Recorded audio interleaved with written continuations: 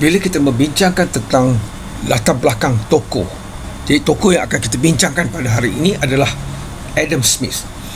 Jadi sebelum kita dapat menghuraikan dari segi sumbangan dan sebagainya, kita perlu memahami dulu apa dia yang dikatakan sebagai latar belakang tokoh, dari segi latar belakang pendidikannya, latar belakang keluarganya, kejayaannya dan sebagainya. Jadi yang pertama kita lihat dari segi Adam Smith ni adalah seorang yang dikatakan sebagai pakar ekonomi. Ini sebagai seorang pakar ekonomi dan juga ahli falsafah yang berasal dari Scotland.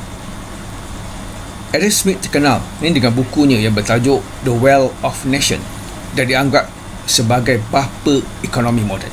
Itu adalah perkara penting yang bila kita kaitkan tokoh ini dengan hasil karya yang dihasilkan, yang diguna ilmu yang disampaikan itu digunakan sehingga ke hari ini. Iaitu semua penting, utamanya pada abad ke-18 dan abad ke-19, di mana ada Adam Smith berkaitan dengan ekonomi itu merupakan sesuatu yang baru dan sesuatu yang mengubah kefahaman masyarakat Eropah pada waktu itu berkaitan dengan ekonomi yang baik, negara yang bagus, yang menyumbang kepada kemajuan negara.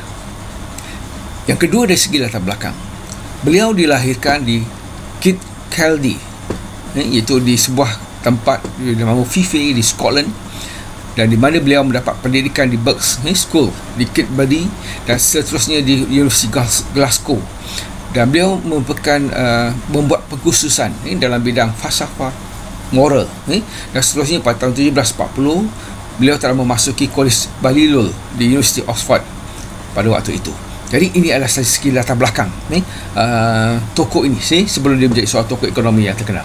Dan dari segi kejaya, banyak pelibatan Adam Smith dalam beberapa jawatan-jawatan penting dari segi ekonomi, dan paling utama adalah beliau pernah memegang jawatan sebagai rektor University Glasgow dari tahun 1787 hingga tahun 1789. Ini antara latar belakang tokoh yang kita bincangkan pada hari ini, iaitu Adam Smith, untuk membolehkan kita memberikan satu ulasan yang berkaitan dengan sumbangan tokoh ini kepada perkembangan ekonomi pada abad ke-18 dan abad ke-19. Dari segi latar belakang juga merupakan pengasas kepada disiplin ekonomi moden.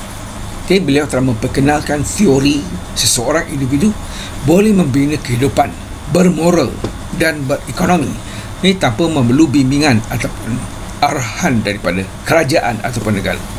Itu antara teori penting yang dikemukakan oleh Adam Smith. Beliau juga percaya bahawa kerajaan cuma mempunyai 3 fungsi utama, iaitu melindungi rakyat daripada penaklukan tentera. Kedua, melindungi warga negara daripada ketidakadilan. Dan yang ketiga, menyediakan kemudahan seperti jalan raya dan sebagainya yang tidak boleh disediakan oleh individu. Kalau kita lihat tokoh ini, Adam Smith telah berjaya memberi sumbangan dalam bidang ekonomi moden yang diguna pakai sehinggalah ke hari ini. Dan doktrin yang diketengahkan beliau sesuai bagi menguruskan sebuah ekonomi negara.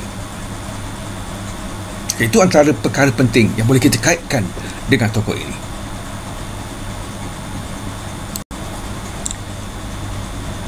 Mari kita lihat sumbangan Adam Smith kepada pemikiran ekonomi di Eropah pada abad ke-18 dan ke-19.